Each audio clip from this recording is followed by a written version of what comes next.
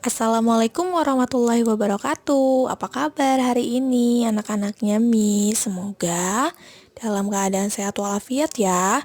Jangan lupa untuk menyiapkan pembelajaran pada hari ini dan siapkan alat tulis juga buku temanya ya. Hari ini kita mempelajari tema 8 lingkungan sahabat kita, subtema 1 pembelajaran kedua.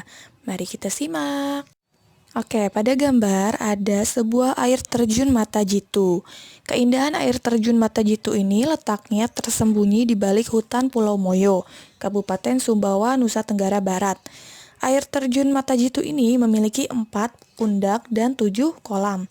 Oleh penduduk setempat, Mata Jitu diartikan sebagai mata air yang jatuhnya tepat mengenai kolam di bawahnya. Wah, sangat indah ya air terjun Mata Jitu yang ada di Kabupaten Sumbawa, Nusa Tenggara Barat. Semoga kita bisa ke sana juga ya, menikmati keindahan yang ada pada air terjun. Oke, mengenal siklus air. Siklus air ini apa ya, anak soleh-soleha? Siklus air ini merupakan sirkulasi atau perputaran air secara terus-menerus dari bumi ke atmosfer, lalu kembali ke bumi. Siklus air ini terjadi melalui proses penguapan, pengendapan, dan pengembunan. Dalam membentuk suatu siklus hidrologi tersebut terdapat beberapa proses yang terjadi di dalamnya.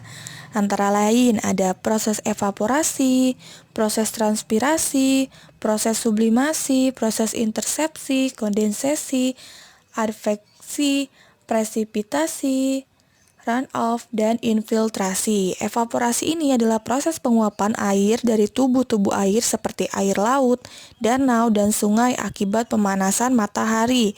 Kemudian dari evaporasi ini melalui proses transpirasi. Transpirasi ini adalah proses penguapan air dari tanaman melalui stomata atau mulut daun.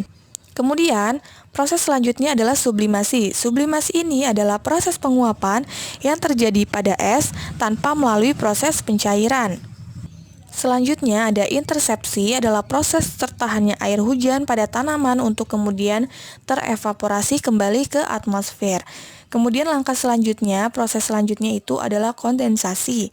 Kondensasi ini merupakan proses siklus hidrologi yang satu ini menampakkan perubahan wujud uap air menjadi titik-titik air di atmosfer, sehingga terbentuklah awan.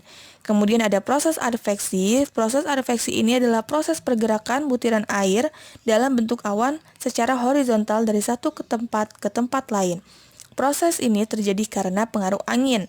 Kemudian ada proses presipitasi, adalah proses turunnya air ke permukaan bumi dalam bentuk hujan. Kemudian ada proses runoff, adalah pergerakan air hujan dari tempat yang tinggi ke tempat yang lebih rendah yang terjadi di permukaan bumi. Kemudian langkah selanjutnya adalah proses peresapan air ke dalam tanah melalui pori-pori tanah. Akibat proses ini, air hujan dapat tersimpan menjadi air tanah. Nah, air tanah ini secara lambat akan mengalir kembali ke laut. Ini merupakan suatu proses dari siklus hidrologi air. Baik, pada halaman 13 di sini ada suatu cerita petualangan tentang semut dan belalang. Nanti kalian baca dan pahami ya mengenai cerita yang ada di dalam suatu teks ini mengenai semut dan belalang. Kemudian ada unsur-unsur dalam cerita. Nah, cerita ini mengandung unsur-unsur. Unsur-unsurnya ini apa aja anak soleh-soleha? Yang pertama, tokoh atau disebut juga pemeran cerita. Tokoh ini merupakan penting dalam sebuah cerita. Kalau tidak ada tokoh, maka tidak ada cerita.